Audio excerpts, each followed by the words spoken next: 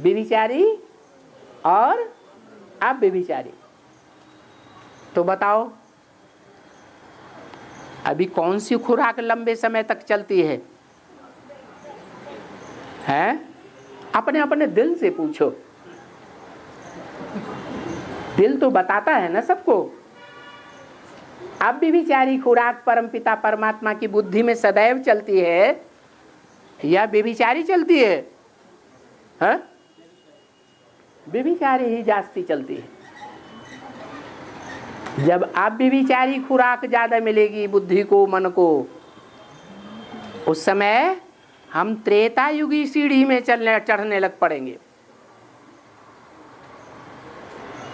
उसकी याद बताई है बाबा ने, उसकी पहचान बताई है बाबा ने कि जब तुम त्रेता युग की सीढ़ी चढ़ने लग पड़ेंगे तो तुम्हारा डिस्चार्ज होना बंद हो जाएगा। शक्ति जो ऊपर जानी चाहिए, मस्तक में जानी चाहिए, वो शक्ति अभी क्षीण हो जाती है। शक्ति क्षीण होने से हम पतित कहे जाते हैं। फिर क्या होगा? द्वापर युग, त्रेता युग की सीढ़ी चढ़ने पर क्या होगा? हमारी आत्मा ऊपर ही चढ़ेगी, नीचे नहीं उतरेगी।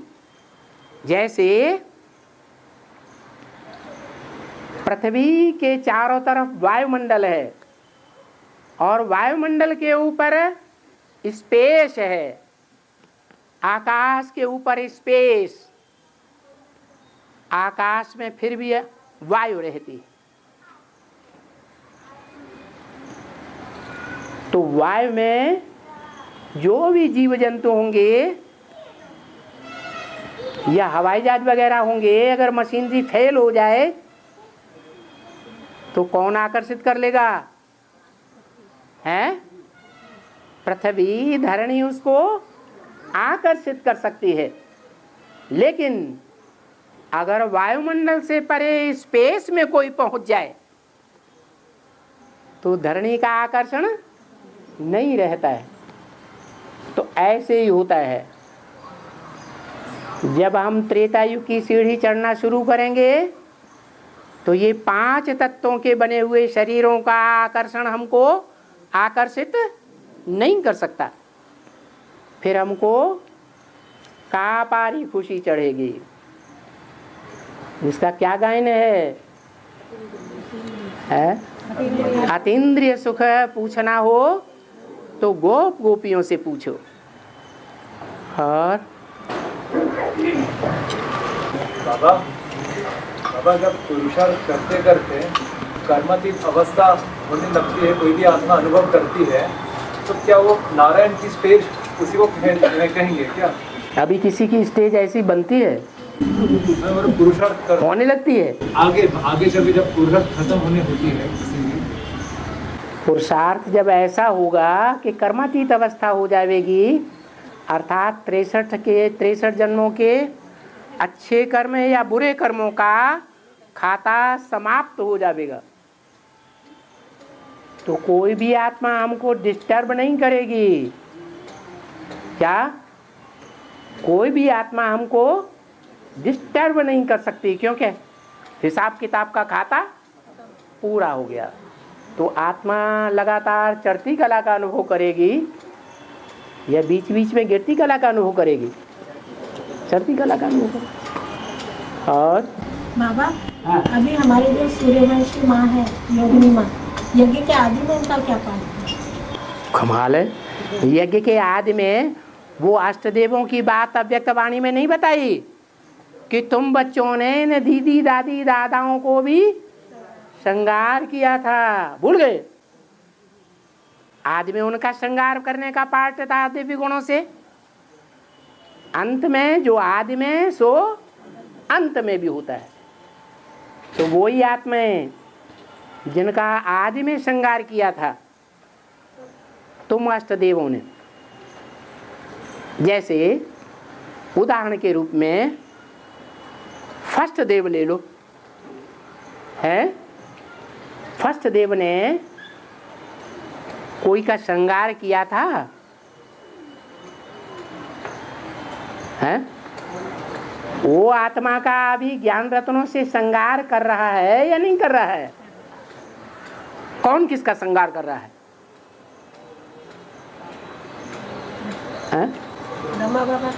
ब्रह्मा बाबा का श्रृंगार आदि में भी किया और अब अंत में भी कर रहा है। आदि में भी श्रृंगार किया, अंत में भी कर रहा है। अभी अंत में कैसे श्रृंगार कर रहा है? ज्ञान रत्नों से। ये जो ज्ञान रत्न है, जिसको ज्ञानामृत कहा जाता है, वो आदि से लेकर के ब्रह्मा के शरीर छोड़ने तक, अथवा जब तक बाप प्रत्यक्ष नहीं हुआ था तब तक ज्ञान अमृत नहीं था। तो ज्ञान रत्नों से श्रृंगार करने का भी सवाल नहीं था। 76 के बाद ज्ञान रत्न है, ज्ञान का अमृत भी है। मुरली में बोला है, इस समय तुम बच्चे ज्ञान अमृत नहीं कहेंगे। ज्ञान तो है लेकिन अमृत का रूप नहीं धारण किया। क्यों?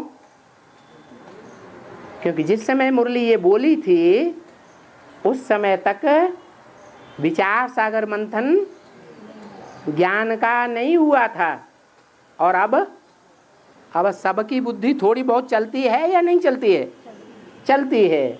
विचार सागर मंथन चलता है। तो विचार सागर मंथन होने से रतन निकलते हैं। सागर में रतन भरे हुए हैं। सागर में कचड़ा भी भरा हुआ है। क्या कोई विरोधी लोग हैं जो कचड़े का आलोड़न कर रहे हैं? क्या ग्लानि की बातों का, बदबू फैलाने वाली बातों का आलोड़न करते हैं। तो सागर में से रतन निकालते हैं या कचड़ा निकालते हैं? वो कचड़े में ही डूब मरेंगे। विनाश के टाइम पर क्या होगा उनका असर? कि वो कचड़े में डूब मरेंगे। और तुम बच्चे क्या करते हो? हैं? ज्ञान सागर के ज्ञान रत्नों का आलोड़न करते हो तो तुमको ज्ञान रत्न मिलते हैं। ये जो ज्ञान रत्न है, एक एक रत्न लाखों की वैल्यू का है।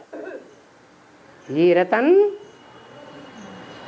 अभी तो ज्ञान रत्न है, सूक्ष्म बातें हैं। ये सतयुग, त्रेता, द्वापर, कलयुग, चारों युगों में स्थूल रत्न बन जाएंगे। इस समय जिसकी बुद्धि में बहुत विचार सागर मंथन चलता है, ज्ञान रत्नों से सुबह से शाम तक खेलता रहता है, 84 जन्मों में उसको क्या प्राप्ति होगी? छोटा साहूकार बनेगा या बड़ा साहूकार बनेगा? बड़ा साहूकार बनेगा। और जो अंदर वाले ले जाएंगे, बाहर वाले ले जाएंगे, तो बाहर वाले किससे कहा जाएगा?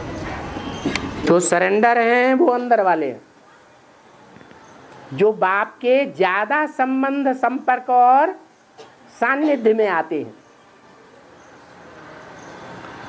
आपके घर में बाहर वाले भी हैं और कोई अंदर वाले भी हैं या नहीं? लौकिक घर में,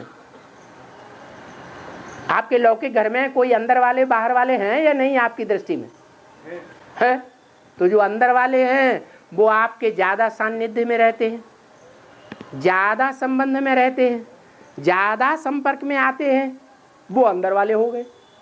और बाहर वाले, और थोड़ी बहुत बातचीत की, थोड़ी बहुत लड़ाई वड़ाई की और फिर बाहर। तो उनका संसर्ग, संपर्क, संबंध थोड़ा रहता है, उनको कहते हैं बाहर वाले। बेसिक में भी ऐसे ही था। बेसिक में जो सरेंडर्ड हैंड से वो बाबा के ज़्यादा नज़दीक थे, ज़्यादा नज़दीक रहते थे, या दुनिया वालों की तरह दूर रहते थे? ज़्यादा नज़दीक रहते। उनके लिए भी वही बात लागू हो रही थी।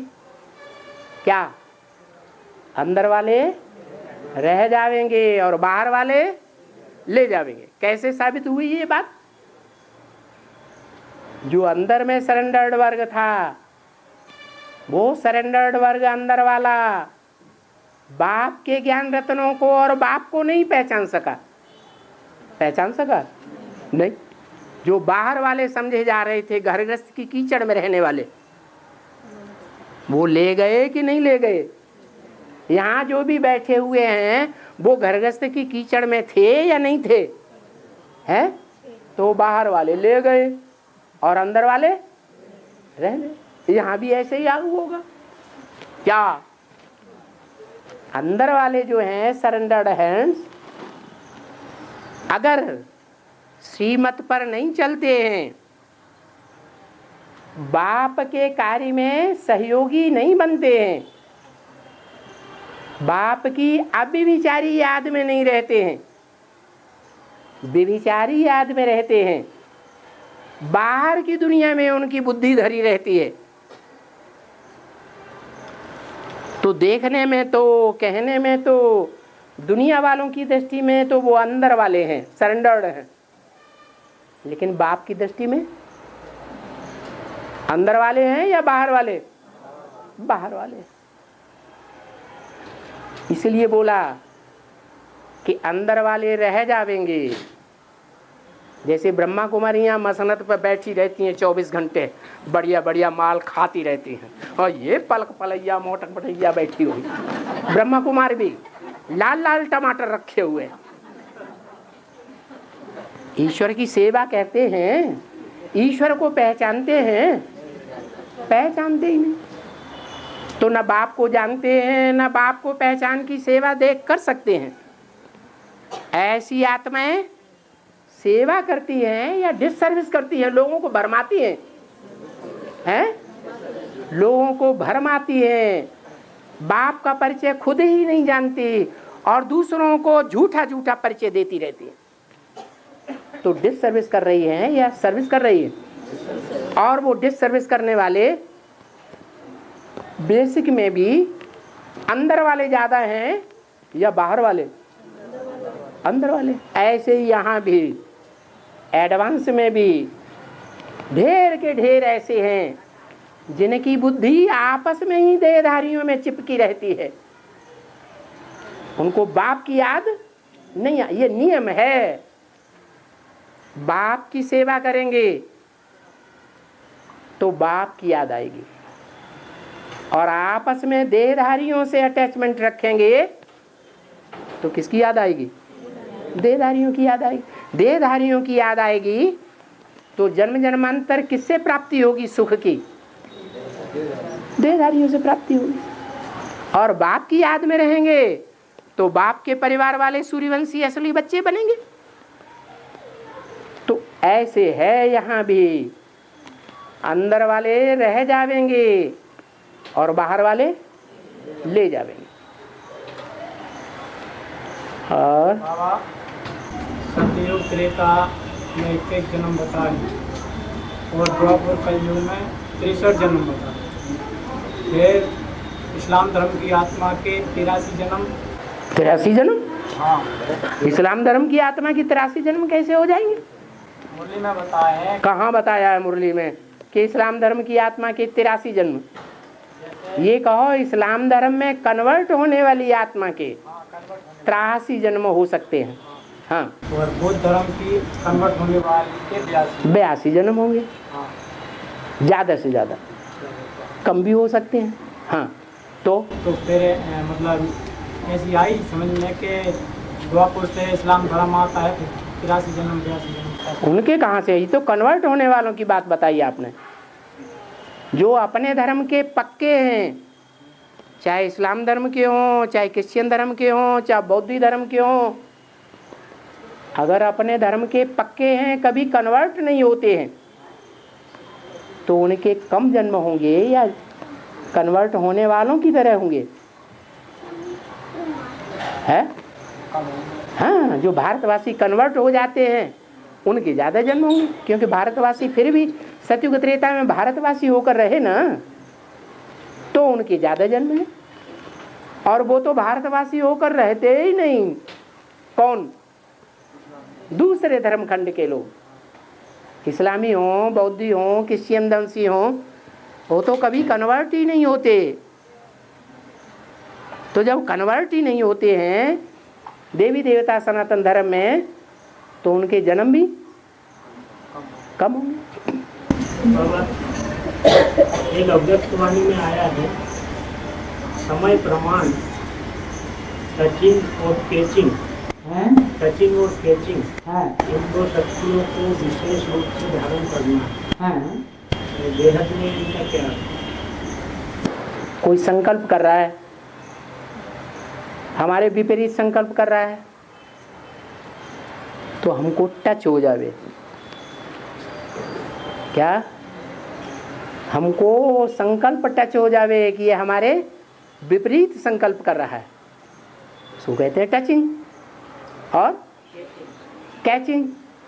फिर जो विपरीत संकल्प कर रहा है, जो टच हो रहा है, उसको गहराई से कैच करें, विस्तार में कैच करें कि किस रूप में, किस तरीके से, कहां तक गहराई में जा रहा है, तो उसे कैचिंग पावर कहेंगे। और बाबा जैसे जो कुछ डायरेक्शन होते हैं, लेकिन वो डायरेक्शन मन स्वीकार नहीं करता। जैसे बाबा आँख बंद करके चल पड़ते हो डायरेक्शन है? कुछ डायरेक्शन होते हैं, हाँ, मन स्वीकार नहीं करता, हाँ, लेकिन आँख बंद करके चल देते हैं। तो आँख बंद करके चलती है डायरेक्शन, आंख बंद करके उस डायरेक्शन पर चल पड़ते हैं। आपका वो सही है या नहीं? अगर मन स्वीकार नहीं करता है तो मन को देखना चाहिए कि वो डायरेक्शन हमने किससे लिया है। नहीं देखना चाहिए, है? देहधारी से लिया है या डायरेक्ट बाप से लिया है या डायरेक्ट मुरली से लिया है। जो मुरली के महावाक्य की व्याख्या बाप ने दी है उसके अनुसार डायरेक्शन है या किसी की मनमत के आधार पर डायरेक्शन है, मनुष्य मत के ऊपर है, ये फर्क तो करना पड़ेगा। बाबा ने तो बोल दिया, ब्रह्मा कुमारी की भी मत क्या करना पड़े, हाँ, टैली करनी पड़े, राइट है या रंग है। तो आपको डायरेक्शन बड़े से बड़े डायरेक्टर से मिला या ब्रह्मा कुमार कुमारियों से मिला है? अभी नहीं मिला, ले रहे हैं। तो लेते समय ये भी देखना है कि वो डायरेक्शन श्रीमत के अनुकूल है या प्रतिकूल है। और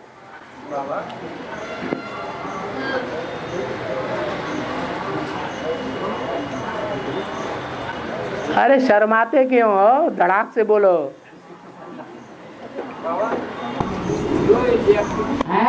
जो जिम्मेवारी उठाएगा वो वो यहाँ ईश्वरीय सेवा की जिम्मेवारी उठाएगा, वो वहाँ बड़े राज्य की जिम्मेवारी उठाएगा। ठीक है? हाँ, तो हाँ चलो। बाबा, हाँ, बाबा भोपाल से नजदीक भोजपुर है, वहाँ पे शिव की बहुत बड़ी लिंग है, बहुत बड़ी मंदिर है पहाड़ के ऊपर। हाँ, पूरा मंदिर पत्थरों से बनाई गई है। हाँ, तो ये बेहद में भोजपुर पहाड़ बनाया जाता है या पहाड़ प्राकृतिक होता है? प्राकृतिक पहाड़ है, लेकिन ऊपर जो मंदिर खड़ा किया गया है वो बड़े बड़े पत्थरों से बनाया गया। हाँ, बाबा इसका बेहद में अर्थ क्या है? भोजपुर और वो शिवलिंग वहाँ पे, इसका बेहद में मतलब क्या हुआ? भोज माने क्या होता है? हैं? अरे भोज माने भोग ना, वो भोगपुर है वो हाँ, भोज का ही अर्थ भोग। भोज शब्द से ही भोग वासना बनती है। और ये है भोपाल, भो से बनता है सारी पृथ्वी।